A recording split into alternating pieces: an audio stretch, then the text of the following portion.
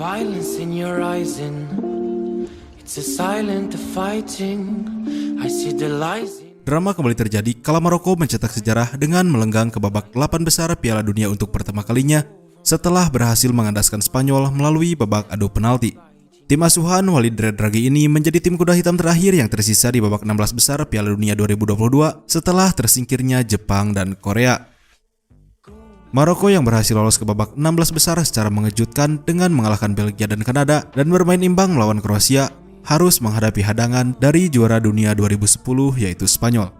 Dalam laga ini tentu Spanyol lebih diunggulkan, namun Maroko bukanlah tim yang bisa dianggap remeh karena banyak dihuni oleh pemain yang bermain di liga top Eropa seperti Achraf Hakimi, Amrabat hingga Hakim Ziyech. Terlebih lagi, Spanyol juga pernah gagal menang melawan Maroko di Piala Dunia edisi sebelumnya. Namun bagi Spanyol sendiri, laga ini merupakan laga syarat gengsi sebab mereka tak ingin mengulangi kesalahan 4 tahun silam di mana mereka kandas di babak 16 besar saat kalah dari sang tuan rumah Rusia. Dalam laga ini, tim Singa Atlas lebih memilih menunggu di daerah sendiri. Mereka mengandalkan serangan balik dengan langsung mengalirkan bola dengan cepat ke lini penyerangan saat berhasil merebut bola. Dengan cara seperti ini, Maroko beberapa kali mendapat peluang untuk mencuri keunggulan.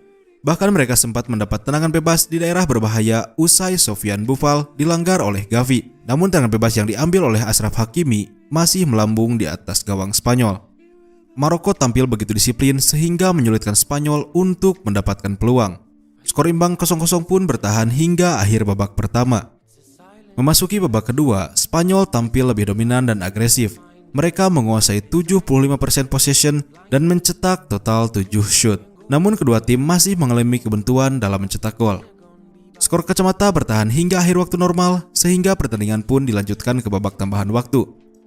Di babak tambahan waktu, kedua tim bermain lebih cair. Jual beli serangan lebih sering terjadi. Namun ketatnya pertahanan Maroko membuat Spanyol mencoba peruntungan dengan mengirim umpan serta tendangan jarak jauh. Maroko sempat mendapat peluang emas melalui Walid Chedira. Namun Chedira gagal memanfaatkan peluang dalam situasi one-on-one dengan kiper. Dalam situasi ini, ditarik keluarnya En-Nesyri mungkin akan sedikit disesali oleh Walid Regragui sebagai pelatih karena mereka menjadi kehilangan striker dengan insting tajam untuk peluang-peluang seperti itu. Hingga babak tambahan berakhir, papan skor tetap tidak berubah. Pertandingan pun dilanjut ke babak adu penalti. Maroko yang mendapat jatah penendang pertama melalui Sabiri berhasil mencetak gol pertama. Sedangkan Pablo Sarabia yang dipercaya menjadi penendang pertama Spanyol gagal menuntaskan tugasnya dengan baik. Bola yang ia tendang memantul keluar setelah membentur tiang. Yassine Bono tampil menjadi bintang di laga ini. Ia mampu menepis 2 dari 3 eksekusi penalti pemain Spanyol. Di kubu Maroko sendiri hanya Badro Benoun yang gagal dalam tendangan penalti, sedangkan 2 tendangan lain dari Achraf Hakimi dan Hakim Ziyech sukses mengoyak gawang Unai Simon.